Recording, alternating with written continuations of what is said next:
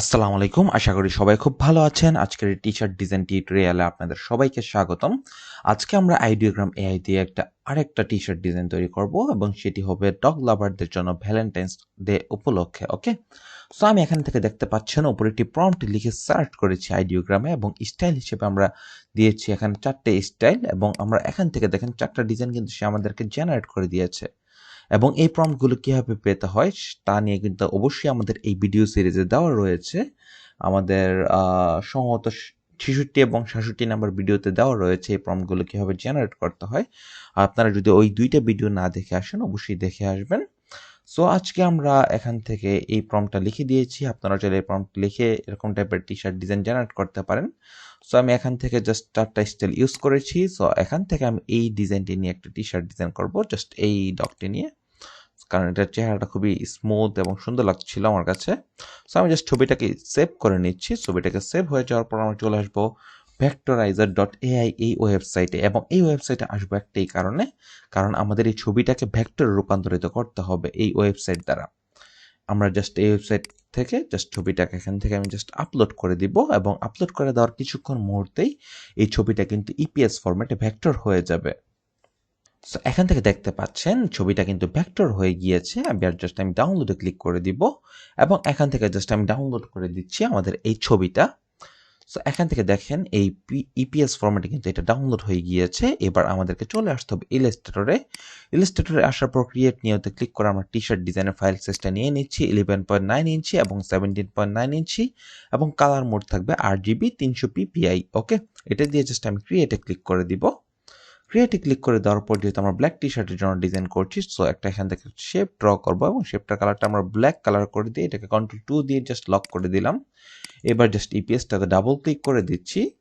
So দেখেন এখান থেকে আমাদের ডিজাইনটা কিন্তু চলে আসছে। আমি জাস্ট এখান থেকে একটা লাইন ড্র করব এবং এখান থেকে আমরা ম্যাজিক অন টুল দিয়ে জাস্ট সিলেক্ট করব এই লাইনটা, তাহলে ভিতরের সবগুলো ডিজাইনের ভিতরে সবগুলো স্ট্রোক কিন্তু সিলেক্ট হয়ে যাবে। দেন আমরা কিবোর্ড থেকে ডিলিট প্রেস করে জাস্ট ডিলিট করে দিলাম। এইবার আমাদের কাজ কি? এইবার আমাদের কাজ হচ্ছে জাস্ট এটাকে আনগ্রুপ করব এবং পিছনের ব্ল্যাক কালারের ব্যাকগ্রাউন্ডটা আমি জাস্ট রিমুভ করে দিচ্ছি এবং এখান থেকে এই ব্ল্যাকটা এবং এই ব্ল্যাকটা আমি রিমুভ করে দিচ্ছি এবং এখান থেকে এই ব্ল্যাকটা আমি রিমুভ করে দিই, কারণ এগুলো আমাদের টি শার্টের মধ্যেই থাকবে। অথবা সমস্ত যে ব্ল্যাক কালারগুলো আছে সমস্তগুলো ম্যাজিক ওয়ান দিয়ে সিলেক্ট করে জাস্ট আমি ডিলিট করে দিতে পারি। এই ক্ষেত্রে আমাদের কিছু সমস্যা রয়েছে, যেমন দেখেন চোখের এখানে যে শেডগুলো সব ডিলিট হয়ে যাবে। সো এইগুলো কিন্তু আমি ডিলিট করতে চাচ্ছি না। আমি জাস্ট কানের এটাকে জাস্ট একটু লম্বা লম্বা যে ব্ল্যাকগুলো ছিল সেগুলোকে জাস্ট আমি ডিলিট করে দিই, তাহলেই হয়ে যাবে। এই তো ফাইন। জাস্ট এখান থেকে এটাকে আমি জাস্ট ডিলিট করে দিচ্ছি, এটাকে আমি জাস্ট ডিলিট করে দিই। এই তো হয়ে গিয়েছে। এবার আমরা জাস্ট পুরো ডিজাইনটাকে সিলেক্ট করব, সিলেক্ট করে Ctrl+G দিয়ে গ্রুপ করে ফেলবো। এইবার আমরা এই আর্টবোর্ডে এনে জাস্ট ডিজাইনটাকে ছেড়ে দিলাম। ছেড়ে দেওয়ার পর জাস্ট এখান থেকে আমরা অ্যালাইনমেন্টটা ঠিকঠাক করে নিচ্ছি। ঠিক করে নেওয়ার পর এখান থেকে একটা কোড দিব, আমরা যে কোডটা নিয়ে কাজ করব, পাপি লাভ নেভার ফেডস। সো এখান থেকে এই কোডটা নিয়ে আমরা ডিজাইনটা তৈরি করছি। সো এখান থেকে আমি এই কোডের সাথে এটা আমি জাস্ট দিয়ে দিব পাপি।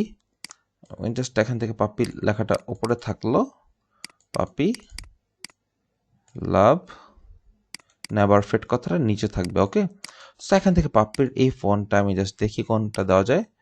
পাপি, এই তো জাস্ট পাপি। আমি জাস্ট এটাকে এখান থেকে হোয়াইট করে দিচ্ছি। হোয়াইট করে দেওয়ার পর জাস্ট এটাকে এখান থেকে এরকমভাবে থাকুক এবং দেখি এটাকে আমরা যদি সবগুলোকে আপার কেস করে দিই, হ্যাঁ পাপি লাভ, জাস্ট এটাকে একটু আপার কেস করে দিই, পাপি লাভ। অথবা জাস্ট দেখি এখান থেকে এটাকে একটু লোয়ার কেস করে, না এটা এভাবে ভালো লাগবে না, আমরা জাস্ট অন্য একটা ফন্ট দিচ্ছি।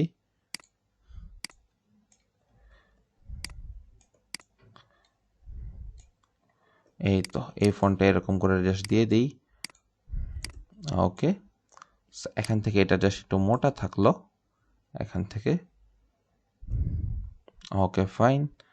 সো পাপি লাভ নেভার ফেডস, জাস্ট এখান থেকে এই লাভ কথাটাকে আমি জাস্ট Ctrl+Shift+O দিয়ে আউটলাইন করে এটাকে একটা রেড কালার জাস্ট দিয়ে দিলাম এটা দেখার জন্য। পরবর্তীতে এডিট করবো এটাকে, জাস্ট আমি ডিজাইনটাকে আনগ্রুপ করে দিই। আনগ্রুপ করে জাস্ট এইগুলোকে জাস্ট আমি একটু এদিকে প্লেস করে বসিয়ে দিই। ওকে, পাপি লেখাটাকে আমি Ctrl+Shift+O দিয়ে জাস্ট আউটলাইন করে দিলাম। ওকে, এবং এটাও এদিকে আছে, পারফেক্ট। জাস্ট এটাকে এদিকে থাকুক এবং এটাও এদিকে থাকুক, এটাও এদিকে থাকুক। ওকে ফাইন, জাস্ট এখান থেকে এটাও এদিকে থাকুক। ওকে, এবং এখান থেকে লাভ কথাটাও জাস্ট আমি এখান থেকে মিডল অ্যালাইনমেন্ট জাস্ট করে দিলাম এবং এখান থেকে এই যে এইটা আছে এটাকে জাস্ট আমি এই দিক থেকে দিয়ে দিচ্ছি, এই তো ছোট ছোট করে জাস্ট দিয়ে দিই। ওকে, পারফেক্ট। সো এখান থেকে যে পাপ্পির এই লেখাটা জাস্ট এই লেখাটাকে জাস্ট আমি এর পর্যন্ত এক্সপান্ড করে দিলাম। এক্সপান্ড করে দেওয়ার পর জাস্ট এটাকে আমি একটু এদিকে চাপিয়ে দিচ্ছি সামান্য করে, এই তো পারফেক্ট। এবং এটাকে আমি জাস্ট সামান্য করে এদিকে চাপিয়ে দিচ্ছি, এই তো। সো এখান থেকে লাভ যে লেখাটা আছে না, এই লাভ লেখাটাকে আমি জাস্ট সিলেক্ট করবো। এখান থেকে অবজেক্ট, অবজেক্ট থেকে পাথ, পাথ থেকে অফসেট পাথ, এখান থেকে 0 আমি জাস্ট 4 করে দিচ্ছি এবং এখান থেকে প্রিভিউ দিব। প্রিভিউ দেওয়ার পর জাস্ট এখান থেকে এক্সপান্ড আমি কন্ট্রোল এক্স দিয়ে জাস্ট কাট করে নিব। পাপ্পি লেখাটা সিলেক্ট হবে, মেক মাস্কে ক্লিক করব, ক্লিপটার লেখাটা তুলে দিব। এখান থেকে হোয়াইট বক্সটাতে জাস্ট ক্লিক করে কন্ট্রোল এফ দিয়ে জাস্ট পেস্ট করে এটাকে ব্ল্যাক কালার করে দিব। তাহলে কি হবে, আমাদের এই লাভ লেখাটা দিয়ে জাস্ট এটা কাট হয়েছে। ওকে, পাপ্পি লেখাটা জাস্ট আমরা আবার পুনরায় হোয়াইট বক্সে জাস্ট ক্লিক করে দিলাম এবং লাভ লেখাটাকে আমি জাস্ট দিয়ে দিই কি এই কালারটা জাস্ট দিয়ে দিতে পারি। ওকে, পাপ্পি লাভ। ওকে, জাস্ট এখান থেকে এইটা এবং এইটা, এই দুইটার কালারটা আমরা একটু হোয়াইট কালার করে দিতে পারি। ওকে, হোয়াইট কালার অথবা আমরা এই কালারটা করে দিতে পারি। ওকে, এবং এখান থেকে পাপ্পির এই কালারটাও জাস্ট আমরা এই কালারটা জাস্ট করে দিই, পাপ্পি লাভ জাস্ট নেভার ফেড। এই কথাটাকে জাস্ট আমি একটু বড় করে দিব। বড় করে দেওয়ার পর জাস্ট এখান থেকে নেভার ফেড এটাকে আমাদের পুরোটাকে আমি একটু বোল্ড লাইন করে দিলাম এবং এখান থেকে এটাকে হোয়াইট লাইন থাকলো, কোনো সমস্যা নেই। জাস্ট এখান থেকে নেভার ফেড, জাস্ট এটা একটু নিচে নিচে থাকলো, কোনো সমস্যা হবে না। জাস্ট এটা কন্ট্রোল শিফট ও দিয়ে আমি আউটলাইন করে দিচ্ছি এবং এখান থেকে আমি মাঝামাঝি এটা বসিয়ে দিলাম, এই তো ফাইন। সো এই তো আমাদের টি শার্ট ডিজাইন অলমোস্ট তৈরি হয়ে গিয়েছে। এবার সবগুলোকে একসাথে ধরবো, ধরে জাস্ট কন্ট্রোল জি দিয়ে গ্রুপ করব। আর্টবোর্ডের মিডল অ্যালাইনমেন্ট আমরা জাস্ট ঠিক করে নিলাম। এবার সবগুলোকে একসাথে একটু বড় করি এবং কালার কারেকশন করতে হবে, এটা হচ্ছে আমাদের মূল টপিক। সো এখান থেকে এটা জাস্ট ঠিকঠাক থাকলো এবং এখান থেকে এটার কালারটা জাস্ট আমরা একটু স্যাচুরেশনটা বাড়িয়ে দিলাম লিঙ্ক করে এবং এখান থেকে দেখি কোন কালারটা অ্যাকচুয়ালি ভালো মানাচ্ছে।